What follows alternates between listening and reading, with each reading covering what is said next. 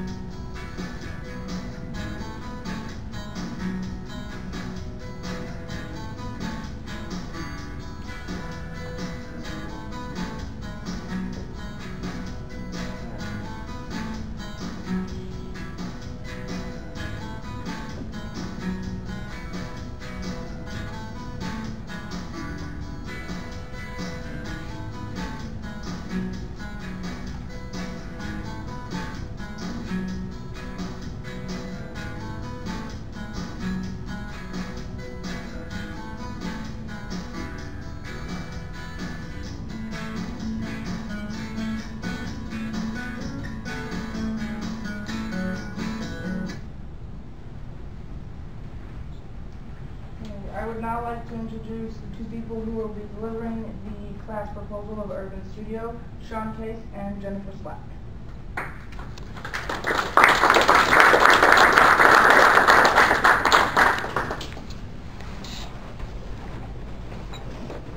Thank you, Emily.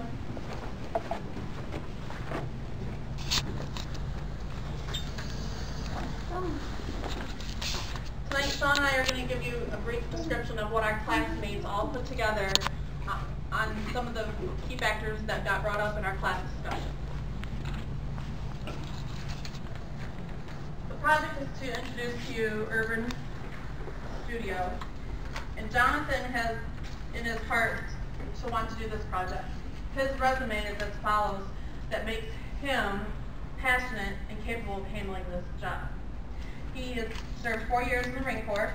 5 years in heavy industrial equipment, 2 years maximum security prison, 2.5 years teaching, 5 years at architectural school at Ball State, and 2 years here at Ivy Tech in construction technology. Our mission statement is taken from another mission statement. If architecture is going to nudge, cajole, and inspire a community to challenge the status quo into making responsible challenges, it will take subversive leadership of academics and practitioners who keep reminding students the profession's responsibilities. That's brought by Samuel Mockery. He's the actual person that started the original Rural Studios, and that's where we're getting this from. We're not trying to change the wheel here. We're just going to use it again and make sure that it keeps going forward. Because that is working. Because that is working, our whole concept to A4E1 is a construction company that will not only revitalize neighborhoods, but its main focus is to teach skills to individuals who are in need of learning a skill, which allows them then to contribute to society and have pride in their community. All right, continual support for residents is part of the problems that we need to make sure that we help out with.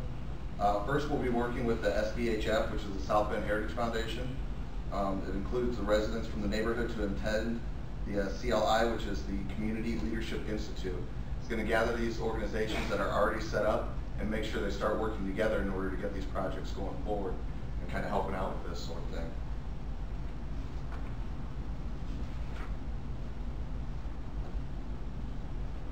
One of the ideas that came up in our class was a community center to help keep the support going after the house in that neighborhood may be done if multiple homes are not done. By doing the community center, one of the classmates put together the building redone through the proposal and named the Aunt Memorial Community Center. Things inside the community center are going to be such as a daycare to help out with people that are trying to further their education.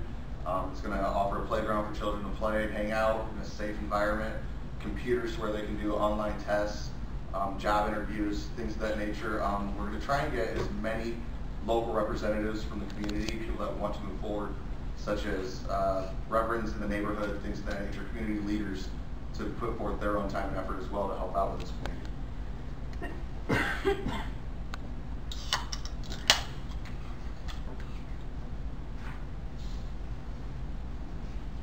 Again, the key benefits is the people.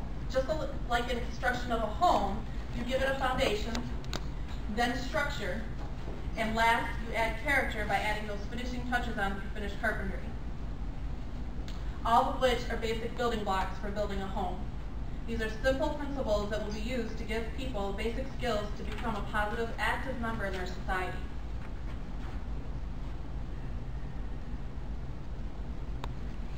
This is one of the classmates, actually a group of 4, put together the neighborhood that we targeted on Lincoln Way, Maine, Ewing, and Ironwood.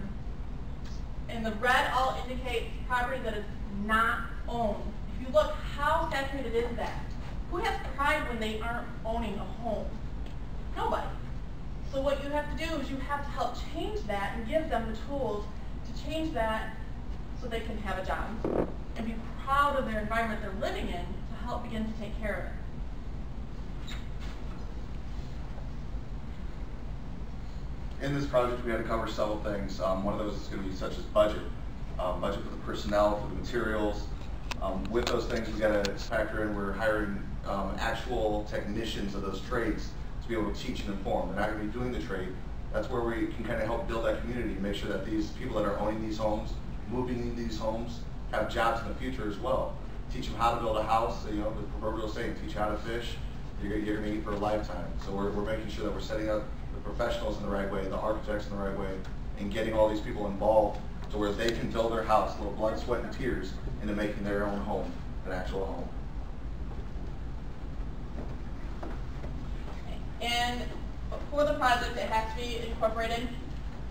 And part of the members that Jonathan wants is Josh, one of his classmates he's gone through architecture school with, Jeremy, and then Sean, to help form the foundation for the urban studio.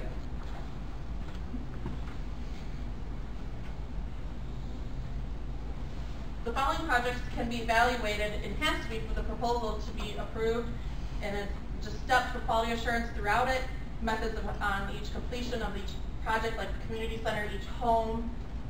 And one of the classmates put together an application from the neighborhood members to fill out for qualification and to be reviewed to see who's eligible for the home.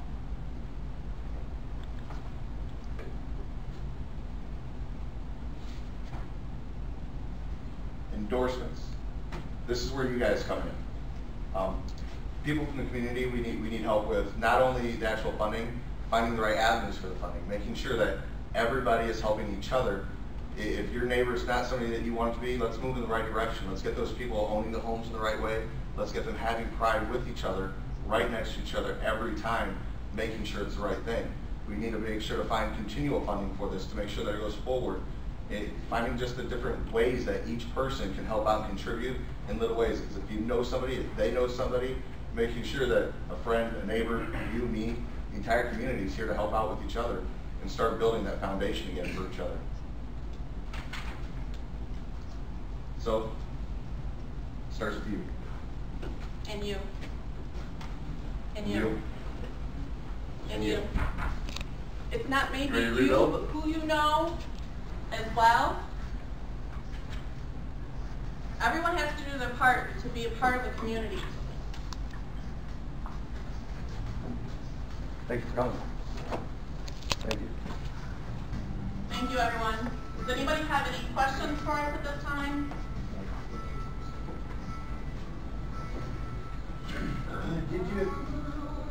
Have you thought about maybe contacting the landlords and those people who live in occupied homes that they don't own, about giving the renters a incentive to, you know, you do some work to the house that you're in and we'll knock something off the rent or something? The only problem is if you looked at our chart here, when we show, we feel that it takes pride when you own it. Well, I understand that, but some people can't afford to own their home. And that's part of our questionnaire and our proposal that the application was put together, and for the grant to get the money that's available. There are certain criteria that have to be met in order for that for them to qualify. And not only that, for them qualifying for the home, we don't expect these people that can't afford these homes. That's why we're doing this. You can't afford a $65,000 home right away. We're buying the home. You're part of owning that home, so we put that time in, that effort in, that blood and that little elbow grease of your help. So these people that can't own the home, we're asking them to put in sweat equity. And then they take out the loan through us or through the bank that we have funded through. A lot of these homes are foreclosed, gone. A lot of the ones that are being rented right now, these people don't even live in the area. They have no idea what's going on to these homes. Yes, we do plan on getting hold of the people that actually own the ones. We want to start with the ones that are abandoned. Get the city's involvement first. Half of them are willing to just let the house go as long as somebody plans on fixing it. And if I can give you a home that's worth $65,000 and you're only putting 15 actual cash in over your mortgage, but you have to help out, that interests you. Is it going to be kind of like a similar project to Habitat for Humanity? Not necessarily. It's not just building housing to temporarily put people in. This is actually going to be for them and their personal life. Habitat for Humanity it's more of a, hey, we're rebuilding what you have in case something bad happened, or we're relocating, things of that nature. We're actually taking the people that are in that neighborhood, currently living there, and saying, hey, let's give you a better way of life. Let's give you something to sit in. Anybody else? Is this like a, with the funding, are you looking for donations, or is there some way that someone can use this as an investment, as a return on investment, or just an investment as a gift, or how are you looking to get it funded? There is a grant opportunity available through the city of South Bend and Mishawaka that we found the application for, and you can apply for it, but you have to match so much of it depending on sections of how you're going to apply and use the fund that's there. And there's actually two things going on. There's the construction company, which is the part teaching the individuals who are needing that skill to go out and turn it into being involved in their community working. But then you have the rebuilding and reconstruction of the homes that has to help be matched in order to move the project forward and to keep it moving forward. Does that help? Yeah, is the funding, are you looking, other than the grants, are you looking for people to contribute as gifts? Absolutely. Yeah, it wouldn't be necessarily an investment where you would see a return on investment. It would be more of a donations from companies that have supplies, such as Home Depot, Lowe's, things in the general area, the South Bend Heritage Foundation. We're not looking necessarily, it's always a great thing to have private people donate money as well, but we do want those people that know the different areas and know the different things, supplies, via contribution of money, food, things like that we're going to need to help build these projects and keep these people going in the area. So it's not like a return on investment, hey, 50,000, I get one of the houses at a split cost or anything like that. We want to keep this as low cost for these buyers as possible and get them in these homes, in a quality home. It's going to last them a lifetime. Does that help you? Anyone else? How do you plan on teaching them a skill leading to consistent employment? I guess I don't understand how, yes, they're putting work into the house, yes, they're learning a skill, but if they're learning a skill that's not in demand or something, then they have a skill that's not being utilized, it would seem like.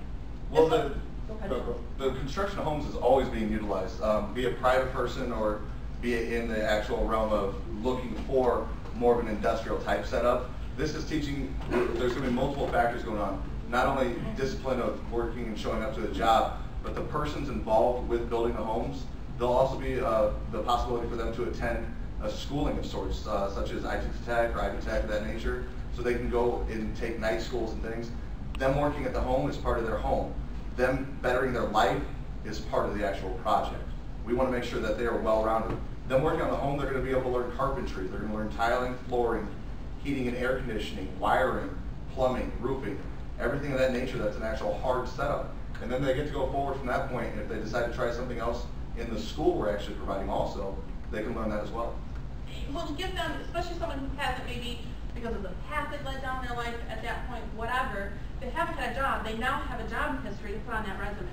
In addition to attending a school, in the budget that we put together, as Sean covered, and the tools that they're going to receive, I think it was about $500 per person for the tools that we budgeted for in the startup cost. They would then get to take with them, if they should choose to stay in that line of work, they have them available to them. Does that help? Yeah. Can you explain a little bit about how the apprenticeship portion was going to work? What were the guys, how were the guys going to be chosen, or ladies? And how were they going to get those special skills like HVAC? Sure. To cover that area, he was asking about how the apprenticeship is set up. What it would do is we're going to select more than likely up to 4 or 5 individuals, prior military, people that live in the area, things of that nature. We're going to look for qualifying backgrounds, hardworking things. You know, people have bad times in life. We're trying to fix those. So what we're going to be going over is making sure that those people that are trying to move into the abandoned houses and fix the current houses that are people living in them, they'll be the ones actually doing the work and working on these houses for up to a year at a time and doing all the processes of those homes. And one of the slides you had a community center, where you talked about people can learn skills and whatnot. Is that a part of this project, or are you just looking at the house? No, the community center would be part of the whole project itself. Okay, It's so- not necessarily for the homes for them, but. Yeah. Right, so when would that go into play? Because it seems to me like you want to start a community center Yeah. and then focus on housing. Yeah, that way there's support for them, especially if their life is disrupted. But then we can also maybe start little neighborhood meetings in there. The daycare could get going for those who are needing it. The classes to help build resumes. So like his question was to help them lead on to their next step if it's not staying with the project and moving on. Because our goal was to put more people through the project, not retain them as well for the people who are going to get a part of the people skills. Another question is, in a lot of these areas that are dilapidated, and there's abandoned houses, there's also a lot of crime issues associated with those areas. How do you plan to handle that? We had a lot of discussion in class about it. To be honest, I don't think we came to a final plan laid out for it. However, it was brought up that we felt as the class that when the establishment was there and a little bit of credibility was there, that maybe then inviting officers to some of those meetings that are started, so that maybe they will begin to take pride in the area again and not neglect it like it is being. Sean, do you have anything else that you want to add to that? Yeah, it's one of those things that, since we're not trying to necessarily move the entire community, we're not doing the gentrification, which means we buy up all the property, kick everybody out, and then bring in nice people. People have pride where they live. If it's your home, you're not going to let that person do that nasty stuff in the yard next to you. You're more likely to pick up the phone and say, hey, this is my house. This is my neighborhood. And building these homes for these people to own and trust into them, they look out for each other. A great community and great neighborhood has a family involved with it. They're going to look out for each other in that sense. They're all going to look after each other and make sure their property is fine. You've noticed it, if you go to any nice community, it's those people that feel out together. They go outside and say, hey, how you doing, Bob? They see each other mowing the lawn. Hey, what's up? You go to a lot of these neighborhoods, there's nobody outside. There's nobody looking out. They don't have pride in what they own. It's getting better. And we discussed in class that by taking ownership of the home and everything, that it was a minimum of 5 years to live there. So that it wasn't a fast turnover rate, you're locked into that, to being there. Did you take into consideration, I know the answer to this, but just want to know, did you guys take into consideration the idea that there's been a lot of people, especially in neighborhoods like this one, that they were working hard, they were doing all the right things, they were making all the right decisions, their job closed, and then their next job closed, and now they're told, you know, you're 42 years old, we don't want to hire you, or they're told you don't have enough experience, you've got too much experience. So now their credit stinks, they're down on their luck, nothing's working for them. And so their house is starting to look really cruddy. And did you take into consideration anything about how to help those people also? Well, you guys had mentioned sweat equity, but you'd also mentioned the idea of using, say the house, you put $65,000 into it. Do you guys remember that discussion? And then it would actually be worth, say, 85 if you sell it for the amount of money you put into it only. So that there's equity already in the house the day the person moves in. Did you guys ever figure that out completely? Yeah, I guess I'm not we understanding. talked about it. No. Go ahead. We talked about there's forgiveness now on a lot of those homes. The previous owner, or the absentee owner, can relinquish the home. So if it had a value or a foreclosure value of 65, they can relinquish the home for $3,000 or $4,000. That's a new law going into effect. So that was discussed. The other thing too is that A lot of if there's, thank you, Tom, if there's Yes. any materials left over, that maybe there's just a house slightly run down because of those that don't qualify maybe for reconstruction of the whole inside, that maybe some of those materials can then be used and gone on to the next home in that condition, and each home would have to be evaluated for that need. In order to qualify restriction sweat equity, learning carpentry or HVAC, what if you can't learn those skills? What if you have a disability? Is there some other type of work that you guys would help them out with? Absolutely, and that's what the community center is going to focus more towards, getting those types of situations, persons with disabilities, elderly, things like that, that can't get up on a roof and an A4 pitch and start swinging a 16-ounce hammer. It's not going to happen. But they do need to have a good home, and they got to be entrusted. You're in a wheelchair, you're still a person. You still need that good home too. We're going to make sure they're handicap accessible, and as I think Jonathan put it, life homes, where they can transition through all the stages of their life. It's going to be one of those things that community center is going to be a learning tool for them. What jobs can I do? How can we help and resource you in this area? If you necessarily can't get out there and do construction, can you help put purpose for the guys that are rebuilding your house? Can you make sure that they're entrusted to getting these tools and supplies to each other, and communication, calling each other up? Absolutely, you can help each other out in many different ways. Because sweat equity doesn't just mean swinging a hammer, it means using your mind as well. Some of the hardest work you have to do. And along with that, some of us maybe I know I used to volunteer and run half of, I live up in Michigan, St. Joe County, Girl Scouts. I ran half of it for 2 years. So those of us who are used to volunteering, some of those who maybe are retired, but maybe they can help volunteer in the community center in that aspect that are needed, so that it's more not just donation, but of time as well. Does that help you? Yeah, does that teach them to further they're down on their luck, they don't have jobs, they don't have skills? It teaches them what type of skills would you teach them that they can continue once they get into the house in order to, I'm assuming there's going to be some type of payments to keep up to the mortgage? Just maybe a community center, a budgeting class or something needs to be done to help them with that until they get, so we can get them those other skills and look at what their past is like. That'll help them out with mentoring skills. There's a lot of different leadership programs that it takes place. We look to work a lot with other areas that are already set up, such as the Logan Center to help with disabilities and programs of that nature for them. I know I personally work at Early Relief right now, and we have programs to help persons with disabilities and mental handicap. So they can wash cars, they can do things like that, and we can set up and find their strong points and locate the jobs in the areas that help out with that. So although they might not be a capacity to help out with a full-time job, it's something that we can find the areas. We can use that resource center. Let's say the elderly retired person, and once their home done, they can help do research in finding out where that person is placed. They can find out what kind of funding can be helped, or the person that got neglected. Hey, what kind of programs are available to help them out and pitch in for them to pay their portion while they do these other programs? A live-in assistant, things of that nature. What? Let's say there's this family and you're going to reconstruct their home. Where are they going to live while you're reconstructing their home? That's a hard part of the starting process, and that's where we have to look at the application process. More than likely, we're going to start with one of the abandoned homes itself, completely redo and revamp that, and have that kind of a transition home. So as we move from person to person, those people move out into the transition home. They move in our little home area. We rebuild their house, and they get to move back in their home.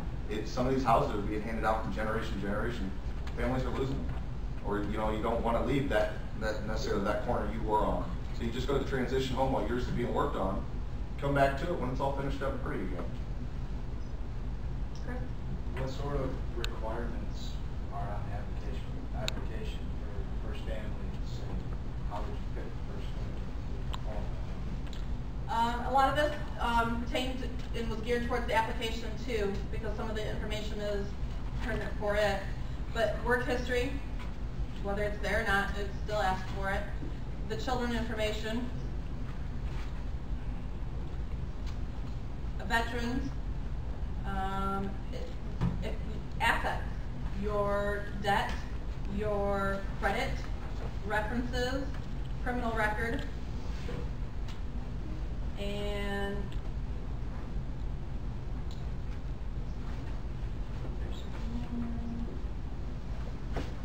I think that's about it that was put into it. And that was based on a couple different apps we found out there and that the class came up with from, again, the application and the other types of applications we found out there. Have you guys thought about what you're going to do about, say, because obviously not every family's going to be on board. What about if you're in a neighborhood and there's a family that doesn't want to just get that house dilapidated? We put together, there was the group that did this map, there was a list, and our thought from our class discussion was to find a street that those who were willing and open to the project and to start there. It may not be the area that so needs it, but that way it's getting the attention of people and it could work out to maybe the areas that need it. And that's part of that application process. We don't want to target people that don't want their house better or that don't want to be in that area. We want the people that want to be in a better neighborhood. They want a home. They don't want to live in a house that's somebody else's. They want to have someplace that they can call their own. And let's say 6 of the houses on that block or that street say, yes, we want our house beautiful. One middle guy doesn't. We found a lot of times that, that peer pressure thing can really help out. Or you start looking at that other house that's really nice, and man, look what they got with that new stove, the new fridge, the new walls, and their house doesn't leak, it's not drafty, their utilities are down. That's a lot of motivation to see that right next door to you and realize, hey, we can have that too. Just a couple of questions. Have you thought about, would corporate structure be non-profit, not-for-profit, or profit? And then also, how would the partners, or would the partners get any type of compensation or payment to sustain themselves? Is this going to be a full-time job for the partners? Or is this going to be just a volunteer basis of the partners in the corporation? We discussed that a lot in class. It really depends on that grant going for the money. There was, on budget summary, there was a couple things, the architectural engineer cost, and then the planning fee and developer fee. So we discussed the A4E1, the construction company, you know, it could be, Sean, help me out. In basic essence, it's going to be a not-for-profit organization. Urban studio. Paying the employees, though. Even major non-profit organizations, Habitat for Humanity, the people that work full-time there are paid, and then the other personnel will be paid. Even the apprentices and things of that nature, they'll be receiving some form of income to be a living and sustainable living income to make sure that they can move forward, start paying their bills, have that part-time job to be able to go forward with that. So it would be not-for-profit. We're not looking to make money. Any money that's stored or equity-wise would go into the next project going forward to keep the community moving. Just to help out a little bit, part of the idea was the two persons that would not be former military, they would start out at say $9, $10 an hour. That's the first 6 months, and then if they do everything that they were asked to do during that 6-month period, which would include going to night classes, would include meeting certain skill sets and attending work every day, then they would get a 5% pay raise at the end of that 6 months, and that will continue up until they hit 100%. And the former military guys, one would get about $11 an hour, is that correct? And the other was going to get about $13 an hour to begin. And the reason for the difference is, one, the military guys have already proven that they can show up to work every day. They've already proven dedication. They've already proven hard work, and they've already served. So let's give them a break. And then on top of that, we would pick one out of that group to be the team leader, and that would be the guy chosen to make it $13 an hour. And he would also be responsible for making sure everybody shows up to work every day. He would, for those of you that are former military, he would be like the team leader, the fire team leader. And for those of you that don't know what that is, it's kind of hard to explain. For 4 people, somebody's got to be in charge. Where the issue we're coming up with that it's a sustainable project that will keep going, is it a one-time grant or is it a renewable grant? That's right, yeah. It can be a renewable grant, this one through the city. Okay. How often? Do you know? Yearly, 5 years? It can go up to 5 years, and it didn't state in here when I read that that it had stopped, but you still had to apply every year too. So it could do numerous homes, and obviously as long as their budget is still there, obviously too. Okay, just to backtrack 1 second, when we're talking about taking an area where you have 6 homes and the middle guy doesn't want to do it, what if the middle guy doesn't meet qualifications, the criteria? Are we trying to squeeze him out of that neighborhood and get something in that can meet that criteria? Absolutely not. We don't want anybody to be gentrified or moved out of an area that they live in. If they don't qualify, the things that would rule them out, they might not qualify for the initial start. Everyone, unless they're, you say they're, a child beater or a drug dealer, things of that nature, towards something that's, they're a horrible person and continue to be and don't want to be better, everyone eventually will qualify in the areas that we want to do. We want everyone to qualify eventually. It's a starting program, and who gets to go first. So criminal background necessarily would rule you out? Correct. Not always. It depends on what you did, and obviously severity of choosing, just as in any application. If you did something stupid once, and you've been a good person since, and you're generally a good person. Right, that's what I was getting at. A lot of good people make stupid mistakes. So. And that's the same thing with the credit background check. We're not looking for those people, hey, you're way behind on everything. We'll take one last question from Cliff and we'll wrap it up. Actually, I was going to remark on that. The application isn't for everybody. The application is more for the first, the second, the third family in that area to get the more needy families in the house first. There you go. But the big picture is to do the whole community. Okay. Thanks, Does anybody else have any questions? I was going to make one. Yeah, Let him go. Especially those of us that aren't in the box. Go ahead, Brett. You might already mention the application that's filled out. How do you guys select out of those applicants? There's 100 applicants. How do you select? How do you get the selection? Is it just a random draw, or? We'll be looking through for, like she stated, severity of need. We primarily want to target A. It's going to be, like you said, 4 people. Prior military are at the top of the list for half of the 4 people. And then the other half is going to be such as single mothers, single fathers, families with children, We want to kind of help give homes to children first to make sure that, obviously, I'm a father myself, and I see children here in the room. We want to make sure those kids are taken care of first in the most needy aspect. Elderly, disabled, families, things of that nature. So it'll be a severity of need to start the program. And along with that, as the application comes in, if we had a volunteer person, maybe then the home can go be inspected so that we can rate the home and how, like, if the foundation's about to crumble. Obviously, something like that needs to be addressed first, especially if there's been kids in there too, or an elderly. I'd like for you guys to take note, those of you that are not part of the class, this is a first quarter, first year class that's done all this work. And I think they've done a really great job. There are a lot of holes in the idea, but that's why we invited you, was so that you could knock those holes in it and help us figure out what to do. If this gets a chance to go forward, I would really like to involve a few of the people that's in this class. I'd like to thank you guys for all your hard work. All of you did.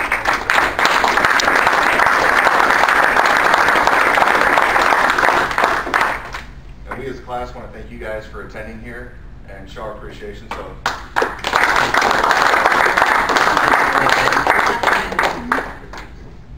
Grab some food. If there's no questions, go ahead and grab some food. We have some new guests that just arrived. Would you guys mind going through it? No, that's fine. Okay, so once everything calms down. Those of you that would like to stay and see something you missed, please feel free to stay.